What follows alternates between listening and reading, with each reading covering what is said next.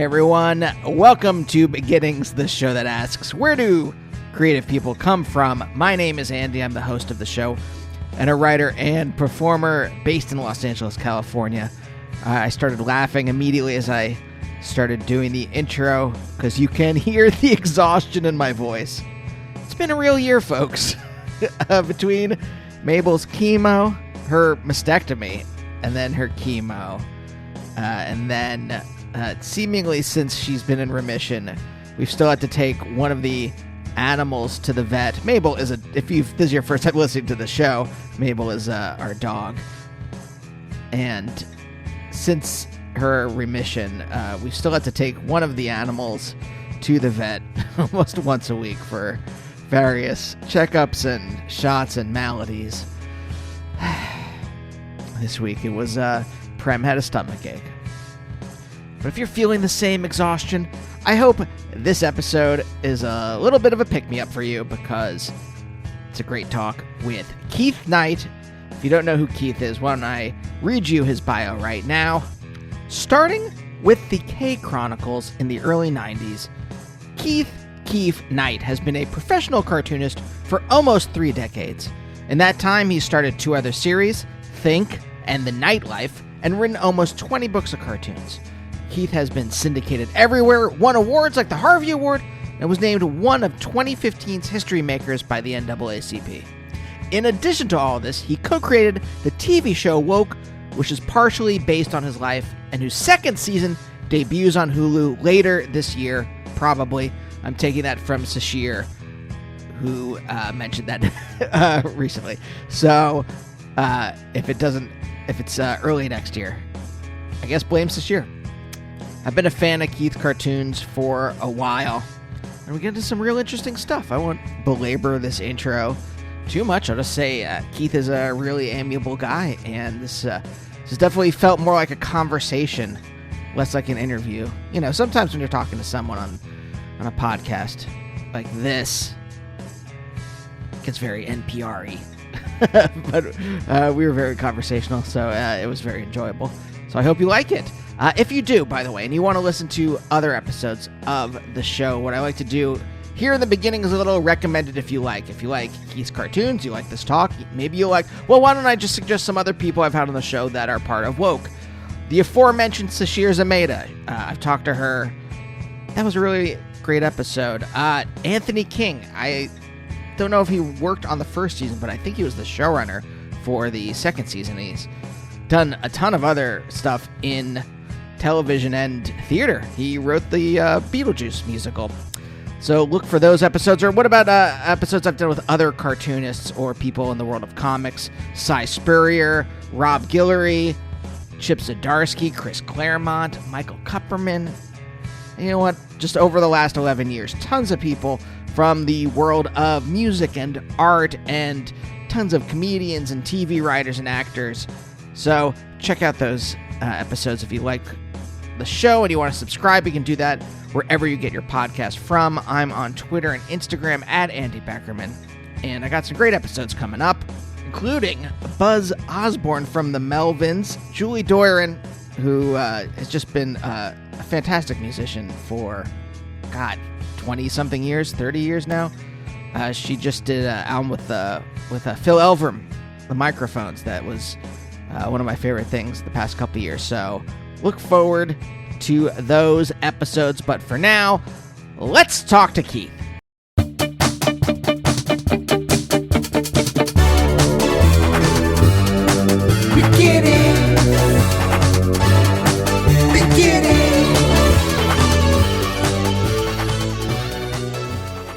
Do you do that? Do you save? Like, I have saved voicemails. My parents are both alive, but I save voicemails because in my mind, I'm like, well, you might want this voicemail in the future. You know, it's funny. My dad is 82, and he wrote me one letter, and it's when I moved to San Francisco in 1990. And that letter said stuff that really meant a lot. And it was the one thing I wanted to say. And somehow I can't find it. It's gone. Like, that was the one thing I wish I could have of him. And somehow, some way, I'm sure I just like, oh, there's a lot of paper here. Just let me throw it out. Right. Or something silly like that. But I think about that now and I'm like, wow, he's never written me, other than the cards, birthday cards or something like that. Sure. But this was like the only time I've ever seen him like consciously write something that was not like a bill or correspondence with like some company or something like that. It was just from the heart. And it was, just a number of silly things that I've done over the years that. Yeah. No, I get you. Is that atypical of your relationship with him? No, I mean, we talk a lot on the phone and, I visit him and he's in Vegas and it's, I think a typical dad-son relationship, are you making any money yet? But that's, I guess that's what I was like getting at. Is it just like, when I said atypical, I meant like, if I would get a kind of, emotional letter from my dad, that would be atypical. It's not, I say this like almost every episode, but it's not like we don't have a loving relationship. It's very loving. It's just that there isn't a lot of like analysis. That. Yeah, exactly. I think that's it. I mean, we have these talks though about health and just about aging and taking care of bills and bills, stuff like that. Yeah. As he's getting on in years. But I mean, even now, that's something that I'm trying to take care of now. And hopefully, the family's genes play out, because generally my dad's side of the family, they live pretty long time, in the 80s and 90s, and we just lost somebody who was 101. So, wow. Yeah.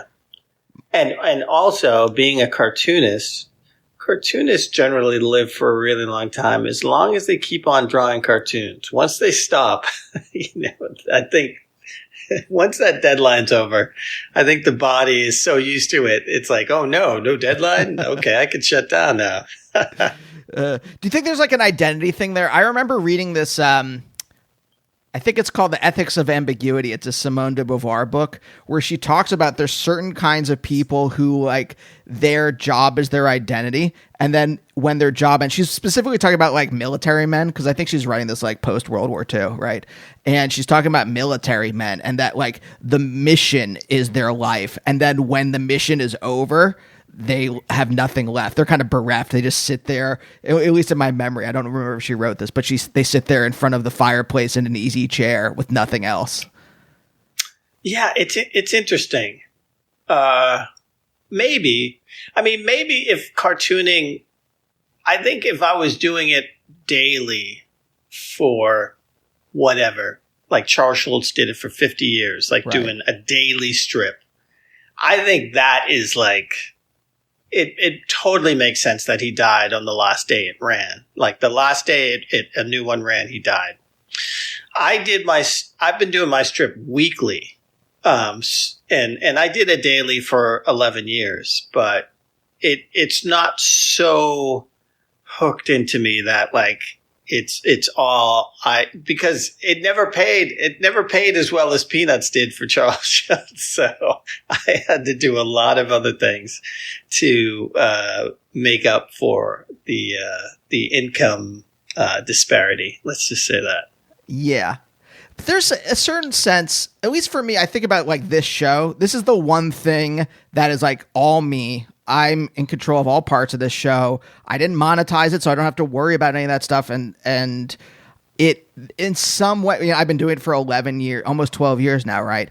And in some way, I have this like the 500th episode is coming up as we're recording this, and I'm like, do I end it? And then I'm like, I kind of identify in some way this show, like I identify with this show in a certain way that it's it feels like if I stopped like writing comedy videos or some shit like that, that doesn't pay either, that wouldn't bother me as much. Does that make sense at all? Yeah. It's interesting because you really, when you're in it, you don't see, sometimes you can't see beyond what it is. Like I always thought I would be known for the K Chronicles, my weekly strip. And I used to sit there and go, is this it? Like, have I peaked? Is this all I'm giving the world? And it's the same thing like when I was living in San Francisco, because it was such a comfortable life. It was such a good existence that I had this sort of reckoning when sort of the first .com boom was happening. And instead of playing, my band was playing with, we used to play with some really cool bands. And then suddenly we started playing with bad 70s cover bands and like the kind that get hired at tech parties. And I was just like, oh, it's happening. Like this is, I have this great apartment and it's rent controlled.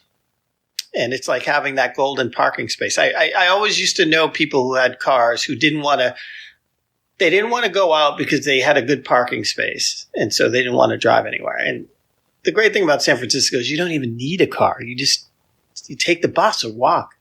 And, so I didn't want to be that person with the golden parking space. So like the moment I started to feel like, the moment I started complaining was the moment I knew I had to leave, because I didn't want to be the bitter San Franciscan who would say, oh, this was so much better back in the day, blah, blah, blah, blah. So like that's when we made the move out of San Francisco to move down to LA. And it was the greatest move. I will always love San Francisco, but it was the best move I made. That resulted in the television show and me being in North Carolina, of all places. So, yeah, I was going to ask. Well, okay, first, let me ask this.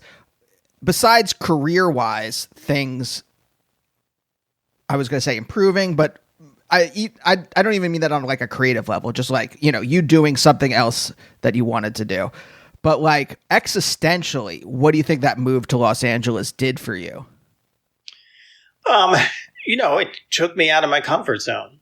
And I think there's something to be said about that. I had the same feeling when I drove across country when I graduated college. I had never been to San Francisco, but I heard enough about it that I was like, I'm going to love this place. And I just remember I was in college. I think I was in college for 5.5 years for a 4-year scholarship. Now, keep in mind, the average student at Salem State University goes 5 years, but I stretched it out to 5.5. But it was very comfortable, I could have stayed there for 20. Enjoyed myself. So it was kind of like that. So then jump in the car. I worked for the summer, drove across country. And it's like it's just really interesting to figure it out, right? Like is to find the friends, find the place to work, find the, just make your way. And I just remember moving just to LA, and it was right when the LA Weekly, the old version of the LA Weekly, they had their, it's top 20 personalities or 25 personalities in LA, up and comers or something like that. And I was like, I looked at it and I was like, man, like, how do you get in that? Like, what is that thing? How do you get into it? And it's so funny because when we were leaving in LA is when I got contacted by the LA Weekly to be one of these up and coming LA people. So I didn't tell them I was leaving.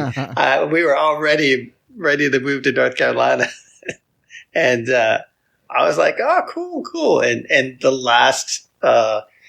the last the last issue that was there before we left was that people issue. So it's kind of funny. Nice bookend. I mean, is this something that goes back to your childhood where if you feel like you are living in that golden parking space, you're like, I have to break out of this?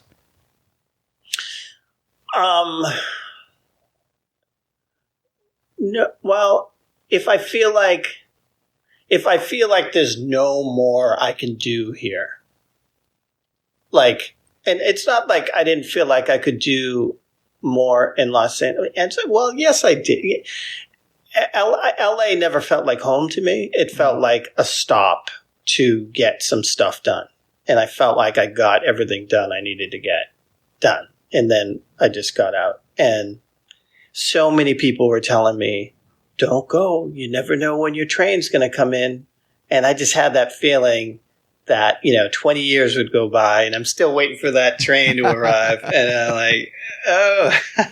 And so, I almost I think it acted in a reverse thing. I think the producers, the people that were helping me to get the show, when they saw me that I really left, they were like, oh, wow, he really did leave, and they were like, oh, okay, we really got to work hard to get him back.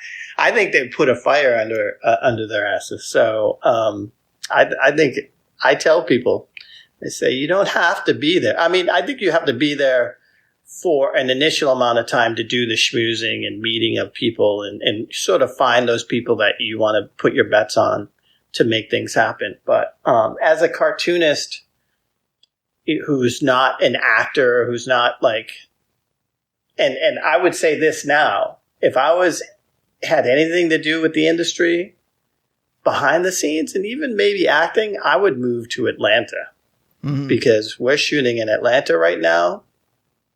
And one of the execs told me 95 projects were happening.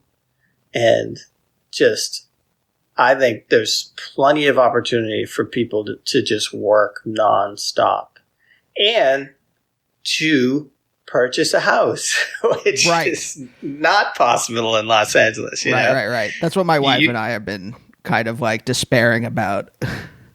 Yeah. Like, and it's teetering right on the edge of just full blown gentrification. You can just see it happening. So I'm like looking around, at okay, how can I, just invest in some stuff that like, I don't want to live there, but I want to just invest and just like, I don't know, sell the house in 3 years or 5 years or something like that.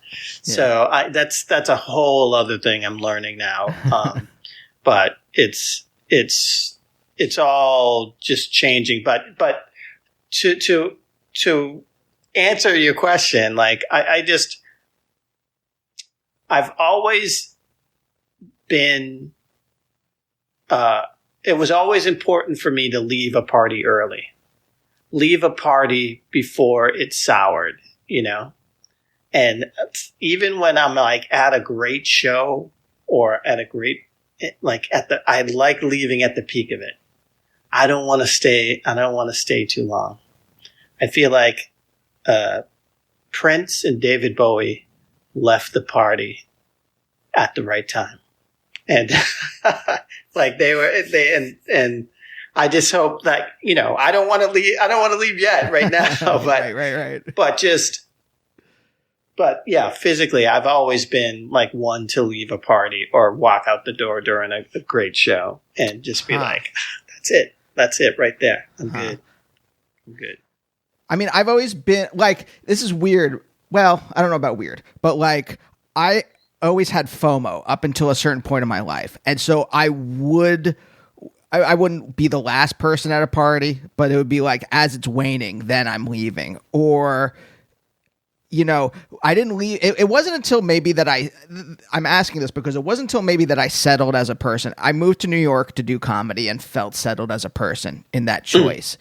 And that was my first leap into the unknown. I'm going to do something that has I don't have a safety net. There is nothing. If I fail here, I'm moving back to my parents' basement or something like that, or the room in their house that was my room and is now filled with kitty litter, right? That's where I'm going if things do not work out. But in making that leap into the unknown, I think I became a better person.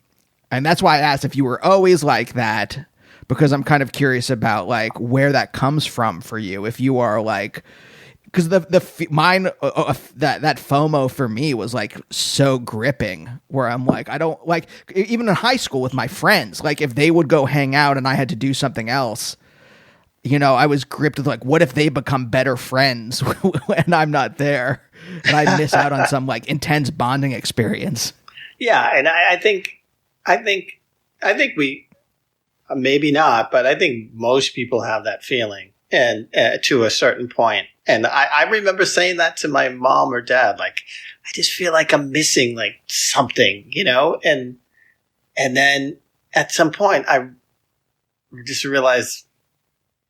I think it was college. I think college was the huge thing for me, which I just remember being in high school going, you know, I'm surrounded by idiots and I can't wait to get out of here. Then you get up to college and you realize I'm surrounded by more idiots, different idiots. But I always felt like I was missing out on something until you like, realized that a lot of people just talk a lot of crap. I just remember being at it was between Little League and Babe Ruth at this baseball and my baseball team. And everyone kept on saying that they were drinking 2 6-packs, like 13 beers. And then someone else would say, well, I drank 15 beers. I drank 20 beers. And I was sitting there going, that doesn't sound true, you know? And just once I realized that it's all crap, that then I realized that that's, you know, it just people say that stuff, and then you realize that you're just not really missing out on anything, and that especially now it must be so much harder now in the age of social media, because everyone has their TV station and their propaganda machine, and everyone is just showing the best of what they're doing, and it's all a sham. It's all a sham. Like, I mean, I do the same thing. I just, you know, but I've already done it with my comics, which is, you know, I don't show all that, like, oh, you know, I have an ulcer. Well, I probably would make a comic out of an ulcer. But, you know, just like, it's, my existence is not very exciting. But you just make it sound exciting through social media and your cartoons and your TV show. No, it's just, and hopefully you convince enough people. Yeah, you convince enough people to think that you deserve a TV show, I guess. Or you find someone powerful that will just give you the opportunity. Well, that was the nice thing is, you know, I met this producer, John Will, who like was, I don't know how deep into the industry he was, but he wasn't that experienced, but his enthusiasm and his energy just felt good. And so it was like, this is the guy that I will bet on. I will put, you know, if there's someone who's going to get me somewhere, it's going to be this guy. And he just came through and just introduced me to more great people. And that's what you do, is like in Hollywood, when you come across decent people, you want to stick with them. Yeah, you know? For sure. Yeah. I mean, it's a town filled with psychopaths. So the job is like weeding through those psychopaths to find like the decent people that are cool to work with. Yeah. Yeah. And frankly, while it's happening, there are still psychopaths that want to be a part of it. And you just like, you know, hopefully, and you can't avoid some of them somehow figuring out a way in. But for the most part, it's been a really good experience. Yeah. It's been a really good experience. Yeah. When you were saying about like that when you realized that everyone was just dumb. I mean, this is paraphrase, but like you were like, Yeah, and I don't mean that in the sense that like I get it because I had this weird duality where I was both arrogant, thinking people were dumb, and also thinking that they were better than they were. And yeah. I had this idea of college would be like, what was that old John Houseman thing from the 70s? It was like John Houseman was like this erudite professor, and it was a movie and then it was a TV show, and it was really highbrow. I thought college was going to be like that.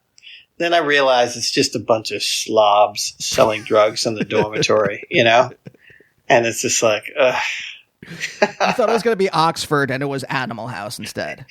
I wish it was Animal House. No, it wasn't even that. Like it was. It's not even. It's like Delta House, the TV show, like the TV version of Animal House. At least it would have been a little dangerous and exciting. Yeah. I mean, yeah. We could talk about that, but it's yeah. I mean, so take me through this, though, getting up to this point. So you grew up outside of Boston, right? Yeah, Malden, Massachusetts, home of Converse All-Stars, Jack Albertson from Chico and the Man. Also, there's something else that I learned. Oh, the guy who invented Wonder Woman, who came up with Wonder Woman, is from Malden, which I was pleasantly surprised. He was inducted into the inaugural. I was part of it too, part of the inaugural class of my high school Hall of Fame. So I was part of like the guy who invented Wonder Woman, Gary Sharon from the band Extreme, who was the shortest stint as a Van Halen lead singer. And so I got a lot of Malden pride. Can I tell you, I have been waiting for my high school. Now, I know that I'm not, like, famous, but no one else, I will bet you not a single other person from my high school has sold a TV show or has written for a TV show where my high school has not contacted me once, not a single time to give a speech, to come back and do anything. I know I'm not world renowned, but that for some reason that sticks in my craw. What town are you from? I'm from Reading, Pennsylvania. And I went to Exeter High School, which is in the suburbs of Reading, Pennsylvania. So Reading is a pretty big town, right? Yeah, but Exeter is small. Exeter is a small suburb. My graduating class was like 280 people. Okay. Yeah, they should have you back, man. I'm supposed to come back. And they're gonna dedicate a mural to me. And where's my mural? I know I'm not a cartoonist, but where's my mural? I've been. I was supposed to do commencement for my college, my university, not this past spring, but the spring before. Obviously, COVID, and then it was supposed to be this spring, but they were still doing it virtually. Sure. So I was like, I'm not going to do it virtually. They said, okay, can you do it next year? I was like, yeah, let's do it next year. So hopefully, I want to go back there. I want to bring my kids back there. I want to take them to all my old haunts. I want to get them lobster rolls. I want to take them to a Red Sox game. Just all that stuff. And I'm not going to do it virtually. Right. Yeah. I mean, what does Malden typify for you? Like if I say Malden, what pops into your head? Well, it's interesting. There's a number of different things. But Malden is known as, I think, the most diverse city in Massachusetts. And it's very working class, extremely working class, i.e., we're broke. Most of us are broke. But it's become sort of this she sort of place to stay if you work in Boston. So it's really started to come up, and the rents and cost of housing has really gone up. And so it's for me, when I think of it, I think of, like like ladies in their muumuus going to the liquor store across the street, getting cigarettes and getting like 10 scratchers, and then just sitting there smoking, scratching off stuff, and then whatever they win, they go back in and they get more. Like, that's one of the things I think of. I think of steak and cheese subs and lobster rolls. I think of the tea into Boston. I think of just like candlepin bowling. It's weird. It's an interesting, and then just like, I don't know, big jerks who drive Camaros and getting all the girls, and it's just like, just sit there and go, yeah, man, you're just biding your time. You're like, okay, like, you just realize, okay, these folks are peaking in high school, and my time is yet to come. Hopefully it'll come someday, and so that's what it felt like. Just sort of biding your time until you're full bloom. So. Were you that prescient? Were you that like, oh, I know that this is not where, I know that I'm not going to end up, driving to Boston in a Camaro with two ladies yelling out that, you knew that was, you're like, I'm not going to end up like that. I know there's something more for me. Yeah. I mean, no, it's not that I'm going to, I never thought I would end up that way. But I knew that someone peaking at this point in high school, it can't last. There's a few people, I'm sure Tom Brady was probably peaking in high school and is still peaking now. But, I think it takes a while for things to bloom, or it happens fast, and then because I'll go back and I'll hit some of the old haunts, and yeah, there'll be like dudes there that went to high school and they're still there, and honestly, like, I think it's just good for people to get out. I always thought I would end up like, when you grow up someplace, you never think beyond where you're at, and I always thought I'd just be there until my mom, like, literally forced me to go to college, because I kept on saying, I'm just going to be a cartoonist. Like, I don't need to go to college. I'm just going to be a cartoonist. And I thank God she did, because once I went to Salem, which was only like 25 minutes away, I was like, oh my God, why did I think I would always just live in Malden in my life? It's just like, I was only 25 minutes away, and it was just like, my mind is expanded. Now I want to move across the country. And then when I moved across the country, the first decent job I had in San Francisco was working at a youth hostel. And it was the job, because I just met people from all over the world. And I met my wife there, and just getting people's perspectives on the U.S. and just from all over the world just made me go, what? Why haven't I traveled? And that was the first time I left the country. It was after I worked at a youth hostel, and then they said you could stay at any of our hostels underneath our banner all across the world. I was like, oh my God. So I would take off for like a month at a time, and just, and that expanded everything. I don't think there's any better education than traveling. Mm-hmm. Yeah. So do you think your mom was pretty instrumental? So you were living your life in the golden parking space, and then your mom was really this kind of like inflection point where she's like if she hadn't like made you go to college, you might have like lived in that golden parking space for the rest of your life. No, it was not a golden parking space. I just didn't know any better. That was not a golden parking space. I mean, looking back on it now, I'm like, oh my God. Like, but I don't want to say like, oh, Malden was a terrible place. I mean, it was, I think it was a great place to grow up, but sure. It's just, I just think that you need to, it's Muhammad Ali said, like, a man who thinks the same at 50, thinks the same from 20, at 20, if you think of the same at 50 or something, wasted 30 years of his life or something like that. Right. Like, it's just, you need to have, I never thought I'd live in the South.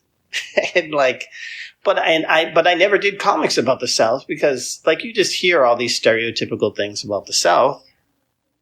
But since I'd never been there, I wasn't going to just start slamming the South, And there's a lot of things to defend about the South, As far as, like, race goes, like, there's more black home ownership here. There's less black unemployment here. There's obviously lots of effed up stuff here, too. But it's, but it also, there's plenty of screwed up stuff, that I talk about in San Francisco. Boston is known as a very screwed up place for black folks. But, and if we can get a season 3, I would love to spend some time back in Boston because I think it would be, hilarious and fun. And you never see anything that has to do with black folks from Boston. Although the new edition, that new edition miniseries was a little bit about that. So that was cool. I asked about, not to keep using this metaphor, but I love your phrasing of it, the golden parking space, right? Not like when I was in high school, I had this feeling in the back of my head, in my body somewhere. I'm like, this is not for me. As much as I like growing up here, I had a lot of great friends. I loved growing up in Reading and Exeter. I just knew that I didn't want to be there. And I knew that I didn't know what I was going to do or where I was going to go. I just knew I had this just bodily feeling that I should not be here. Past 18. Yeah. And that's why I asked that if your mom was this inflection point, because even if it wasn't like a golden parking space, it was still it felt comfortable in some way, right? Yeah, it felt comfortable because that's all I knew. But I don't know, when I was younger, I still thought I would have a TV show or an animated special or, something like that. I just didn't know how to do it. I just remember there was a kid's show.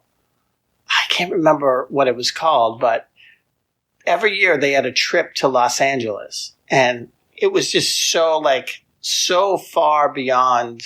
It's like, I would love to do that, but I don't know how to do it, just that type of thing. I don't know. It wasn't just my mom. I had a great uncle who was an artist and who traveled all over the world. And he I think that was the huge thing for us, was having that great uncle, because he took us to New York, my twin sister and I, to New York. And he took us to plays. I saw The King and I with Yul Brynner. I saw The Wiz. I saw we'd go to museums and do all this different stuff. So I think what he made up for, and I shouldn't say make up for, because, my dad would take me to all the sports stuff. I'm a big sports fan. And my dad would get all these tickets through his job. And so we'd see Red Sox games and Celtics games and all that stuff. But my great uncle would take me to all the art stuff. And that really meant a lot. And it showed. He would talk about these when he was young. He couldn't get into mass art because they weren't letting black folks in at mass art at the time. And so he said, I'm just going to save up my money and go to Paris. And he went to Paris, and he said he stayed in this hotel with all these beautiful women. And he said, he didn't realize it, but it was a brothel, and it was prostitutes. And he ended up getting stabbed in a bar. And it wasn't, the person was going to stab somebody else, and he just happened to be next to But he said he came back, like he was supposed to be there for like 2 years. He came back after 6 months, like lost 50 pounds, all this money off his stuff. But he talked about it in such a fond way. It's just like, that's what I want to do, is tell these stories of these crazy adventures, you know? And that's kind of what I do with the K Chronicles. Or, you know, now I'm like, sort of, I'm an old man, you know, so I make fun of my kids a lot in my strips now and stuff. But I still, you know, I tell these stories where you're not sure if they're true or not, but, you know, they start in reality and then they spin off different ways. And you know, that's what we try to do with the TV show too, which is all this stuff is couched in experiences that I've had, but then I just we try to spin it out and have fun with it. Yeah. So, but yeah, just the idea, like I can't say I was comfortable, but I think we're taught as middle class and poor folks that, you know, we're told different things than I think rich people get told. Mm-hmm. And so, you know, we're told work really hard, save your money, you could buy a house, you know, and that, like, it's not true. It's not true at all. You know, if you work for other people, they make all the money. And when you're, you know, and the whole rental thing, you're just paying for some rich person's house, you know? Yeah. And it's just like, all that stuff is falling. Like, I'm starting to see now in my old age, and I'm just like, I just want my kids now to be better prepared. Yes. Like, better prepared, you know, with race issues, better prepared with financial issues, and better prepared with, like, the media and being, like, not being manipulated by the media, you know? Yeah. And that's the one thing that probably I've generally been on top of for a really long time, because I've taught media literacy for years. And, you know, when you make media, you have an inside, you know, an inside look at how the sausage is made. Mm-hmm. And that's what's great about, you know, my kids get to see, like, the actors we pick and all the behind the scenes stuff and the editing and all that stuff. So they have a good idea. They came to visit the set, and it's fun to show them that stuff. Yeah. It's shocking sometimes for me to see how media illiterate people are. Like, I remember reading Manufacturing Consent like 20 years ago, and that just opening my eyes as to like the New York Times. It's not wrong, but it's just the elite opinion on things, or it's the elite lens on events. And so, yeah. Reading that is learning, like, what are the elite opinions about things. Well, and it just the basic idea of that all media is created, that, you know, everything has a perspective. So all the news that you see, like, you know, it's shot a certain way. It's the text is read about, you know, like the lead is a certain way. You know, everything is created for their audience to feel a certain way. And so once you know that, once you start to get a grip on that and how they do it. So, you know, whenever we're watching stuff, I always say to my kids, like, okay, how are they making this scary? You know, they're using music, they're shooting stuff a certain way, they're, you know, lighting it a certain way, just different things like that. And if you know how to do it, then it doesn't, I don't think it affects you as much. I mean, it could still be really effective, and you can appreciate it being effective. Listen, if I wish we could study like something like Fox News in separate than, you know, like, and I'm sure there's plenty of classes that analyze it. Like, you know, when you read the stuff that the cryon that they have at the bottom, are Democrats eating babies? Like it's perfectly, they've mastered the idea of like, if this is sitting in a bar somewhere and there's no sound on, and you see, are Democrats eating babies? And you see someone talking like with all these experts, you just sit there going, wow, they're having a really heavy debate on whether Democrats eat babies. So like, maybe they are eating babies. And so, hey, who knows? Yeah. And so that, I mean, there's a brilliance in that, of taking advantage of a country that is not taught this stuff. Yeah. And it's the same with the financial, and it's the same with sort of manipulating race. Like it just came out now with the census. It's the first time like the white population has come down in America, and like, it's like you can see that it's this alarming headline in some places, like run for the hills, like the white population is shrinking. I'm sure gun sales went up like crazy after seeing that. And yeah, so oh my God. It's interesting to see, but like, it's a shame that we have to be in the middle of it and look at it. Listen, I admire my sister who got out of Dodge. Like, she moved to Lisbon, Portugal. She's like, I don't care what happens in November. Like, it's still not gonna, like, she's like, I am getting out because, it's, what do you think is going to happen? It's like, I think Biden's going to be in for 4 years. This country will never let a black woman be president of the United States. Hear me out now. They will never let it happen. And I don't know what's going to happen, but you'll see. And, I only hope that I'm in a position to get out when, and hopefully I'll be out before then. Hopefully, I'll have my family out before then.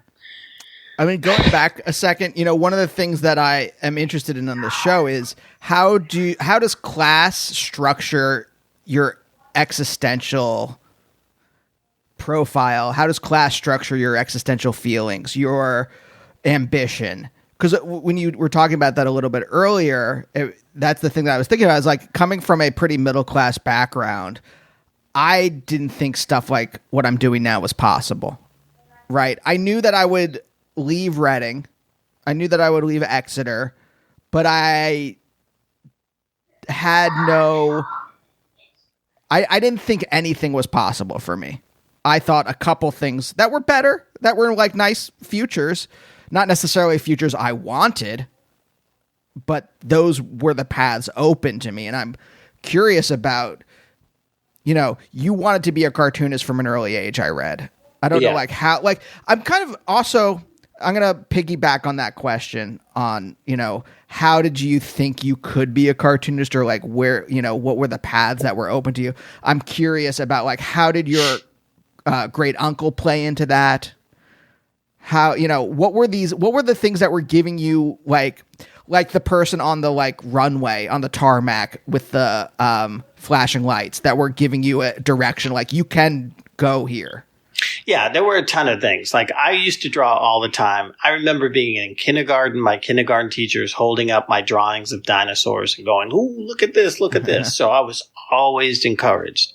Then in third grade, my sister and I got invited to a certain program in school where they took all supposedly the smartest kids in the city and went to this one program called the Major Works program. And all we did were plays, puppet shows, all this different stuff. And I just recently heard, my mom told me that I went on the piggybacked on my twin sister. Like, she was the real smart one. She got invited first.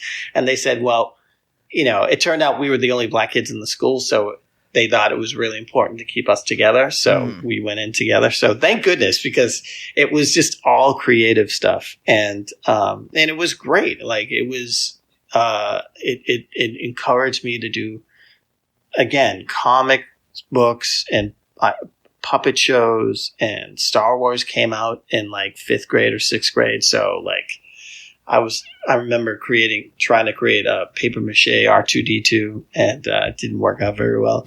But just all this different stuff. And then after 6th grade, it was back into regular school, and it was just like, huh? But I just kept on drawing comics, and I started to incorporate like teachers and students into my comics. And I just started doing autobiographical comics at that point. And high school, I don't remember learning anything, but I had one amazing, amazing teacher. And it was Mr. Hines. And Mr. Hines assigned us Animal Farm. And Animal Farm was the first book, I swear to you, that I read from front to back that I was assigned in high school. Because, you know, I never got a book where there were people of color as the protagonist. Like, so I related to the animals more than I related to the white characters in these books. So, I told him, I said, I can't, we had to do a book report, and I said, I can't do a book report. Like, can I do a comic book report? And to his credit, he let me do a comic book report. So I just did this parody of Animal Farm, where the high school students take over the high school. It was me and my friends, kick out all the teachers. We make up rules, under 18 good, over 18 bad, all that stuff. And he writes A++ on the finished, you know, the evaluation. But he says, more importantly, you should be doing a syndicated comic strip. So that's the first time I ever heard syndicate. So, you know, he said, like, these little things on the side of these comic strips, that's the syndicate. And so I went into a newspaper, the local newspaper, Malden News, and said, like, I want to be a syndicated comic strip. And they said, yeah, well, you have to send your stuff to a syndicate, and then we buy the cartoons off the syndicate.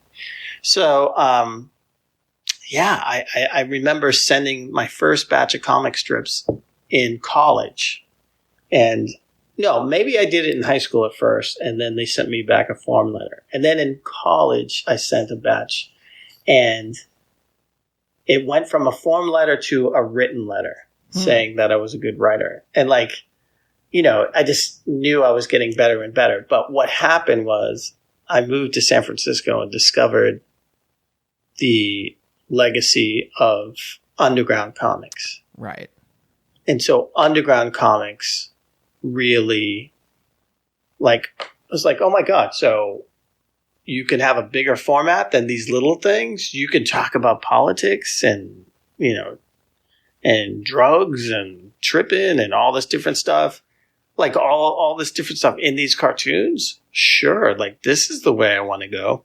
And so that's really how I established. And it was the height of, you know, alternative weeklies. So, you know, I was able to kind of create this career, this niche, until the internet destroyed it and really forced me to say, like I will not be able to sustain this as a cartoonist. Like, I have to try to develop something for TV. Huh. And so that was it. Like, and here's the thing. I was doing so well as a cartoonist that the syndicates then came to me, like, and asked, like, do you want to do a daily strip? And I said, no, I'm comfortable, you know, doing this. Like, I don't want to do 7 days a week, blah, blah, blah. But then when I moved down to LA, we had our first kid. I was like, well, you know, I need this guaranteed income while I'm trying to make this happen. So, and it wasn't much, but like, it was, you know, early on when I first wanted to be a comic strip artist, it was like being a tenured professor. Once you got into the newspapers, if I had done it in my 20s, I'd probably still be doing it now, because back then you could still get into 1,000 newspapers. By the time I got in, 100 newspapers was like a hit comic, which is nothing, you know? And I launched the worst year of the newspaper industry. So 2008 is when I launched. That's when the bottom fell out of. Yeah. So there was one, back in the day, there used to be competing papers in a town. And so there were at least two papers to buy your strip. And then sometimes a paper would buy your strip, not to run it, but just to keep it from the other paper. And so that happened once, in, I think, Portland. They still had two papers going in 2008, and they held one. They bought my strip to hold it from the other one, And of course, I think both papers went out of business. At least one of the papers went out of business, or they merged or whatever. But, for the longest time, I've played it pretty safe. Mm-hmm. And I probably should have quit my daily probably 5 years before, but it wasn't until I had to be in the writer's room for the first season of the show I was trying to get people to cover for me, but then I was like, do I really want to worry about this? Do I really? And what happened was I saw this motivational video by The Rock. Okay. Dwayne "The Rock" Johnson was speaking to the Lakers, and he was it was amazing. He was telling how he was sleeping in his car. He only had $5 in his pocket. And it was this amazing speech. And after I watched that, I got on the phone. I called up my syndicate and I said, I quit. So it was Dwayne "The Rock" Johnson who got me to quit my comic strip. You could have been Jim Davis. You could have been directing other people, but instead you decided. It was all the Rock's fault. I believe Dwayne Johnson should be president, but I don't know if he wants to deal with the BS, but I wouldn't. If I don't understand, if you're famous, I don't want to go down this pathway, but if you're famous, I do not know why you would want to go into politics. It seems like such a step down. It is a step down, but okay. I don't. Where do you go? Maybe he's what else is there to do? I guess go to space or become the most powerful person in the world. Yeah, I don't know. One of the things though I still want to talk about. We're right at the very end, but you said you were drawing from an early age. You were making cartoons from an early age. Was that your identity? Was there anything else? Were there any alternative paths for you? Or was it always once you started to get praised for drawing, stegosauruses or whatever, right? Was that this is who I am and I'm going to follow this out? I guess so. I always say to my sister, my twin sister, who's done everything from she's owned a tea shop to yoga, financial stuff, bartender. She's done all this different stuff. I said, I admire you because you're you go all over the place. You do all this stuff. I've always known I'd be a cartoonist. And so it's rather kind of boring. Just that was just going to happen. And it just happened and nothing, But it's kind of cool in the sense that, it's such a DIY thing. All it takes is a piece of paper. It takes a piece of paper and a pen. That's it. It's, the cost of $1, and you can create anything. And I think that's the reason why I'll always do it, because, I was just on a production meeting today, but just how much it takes to make a show. The locations and, I just found out I'm going to be a mime because we were trying to get a mime and they were going to charge us $600 to just be there for 3 hours. And then someone said, well, why doesn't Keith be the mime? And I was like, yes, I will be the mime. I said, but I'll only charge you $5.49 for it. But just all the stuff that goes into it. And I love it. It's like being in a huge orchestra and everybody does their part. And if it's all, timed right and conducted right, it's this beautiful experience. But there's something to be said about just sitting alone and, handling the dialogue and handling the background and doing it the way you want it. So yeah. I mean, I'm jealous of someone who, and this happens a lot, I think, with artists more than anyone else that I've talked to on this show. Artists somehow know from an early age, more often than not, that this is what I want to do. I don't know if it's just that is, the wheat is separated from the chaff earlier. If you're good at drawing or you're good at making art, I don't know what the reason is, but it turned like most artists are like, yeah, I knew when I was like 5 or 6 that this is what I wanted to do. Yeah, I mean, but there's also the idea of it gets drummed into your head that you're destined to be broke and destitute for the rest of your life. Like I just have these discussions all the time about just, being in functional poverty for for a long time, and how it doesn't have to be that way, and I think if we just got, instead of baking cookies in home economics, if we just got some basic financial literacy, I think we'd all be in better shape. Yeah. But I find a kinship with the stand-up comedy community, because to me, it's like you don't even need a pen or paper. You just go up and open your mouth, and that to me is like the risky thing. Like, I think it's the toughest. There's no tougher thing in the world than to make people laugh. Like, it's easy to piss people off. It's easy to make people sad, but to actually make people genuinely laugh is a gift and just an amazing thing. Yeah. One last question.